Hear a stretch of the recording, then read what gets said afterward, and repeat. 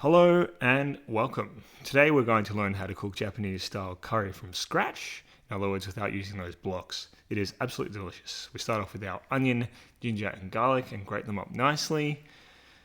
Then we have our vegetables. You can use whatever you like, just chop them up nicely.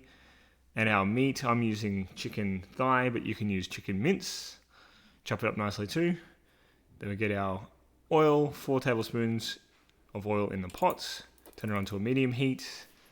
To that we're going to add our onion, our garlic and our ginger. Leave it on medium heat for about 10 minutes and just keep mixing it around. Again, 10 minutes until it's nice and brown. When you're done and it's nice and cooked up and you've been cooking it for about 10 minutes or so, we're going to add our butter. Then our flour, I'm using rice flour, you can use plain flour, just add 4 tablespoons into that. Give it a bit of a mix around. This is our roux. Just keep mixing it around. Keep our heat maybe on a medium to low heat. Just keep mixing it around until you get kind of a nice consistency, as you can see there. Then we are going to add our curry powder. In total, we're going to add 3 tablespoons of curry powder. You can use any brand you like. Just get 3 tablespoons in there. Then start giving it a nice mix around. You want to mix it really well into the roux that we made before with the flour and the butter. When it gets fragrant and starts smelling really quite nice, we're going to add our water. Just 1 cup of water to that. Give it a nice mix around. Just going to keep on mixing it around. Mix, mix, mix, mix, mix, mix. You get the idea. Just keep mixing it around on that medium heat. Just get that water and the mixture in there.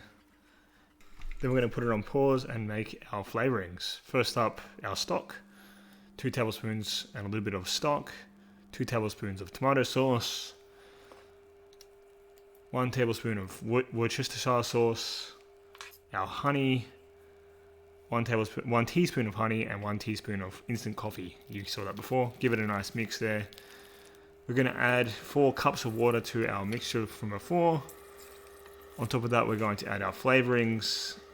Put it on medium heat again and just keep on mixing it around. Mix, mix, mix.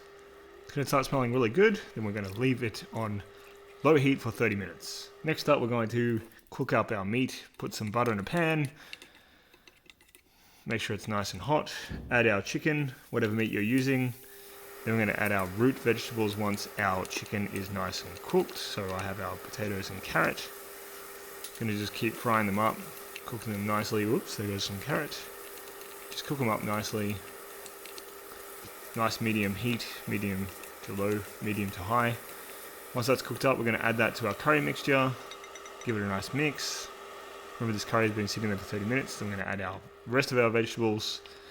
Just going to mix them in and then let that sit there and simmer for a little while until everything's nice and cooked through.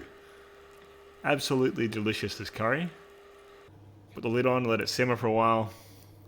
And then once you have a texture that's good, it's finished. As you can see here, it is nice and done. If you can, sit the curry overnight because the flavors will develop and take it to the next level. Serve this up with some Japanese rice and you cannot go wrong.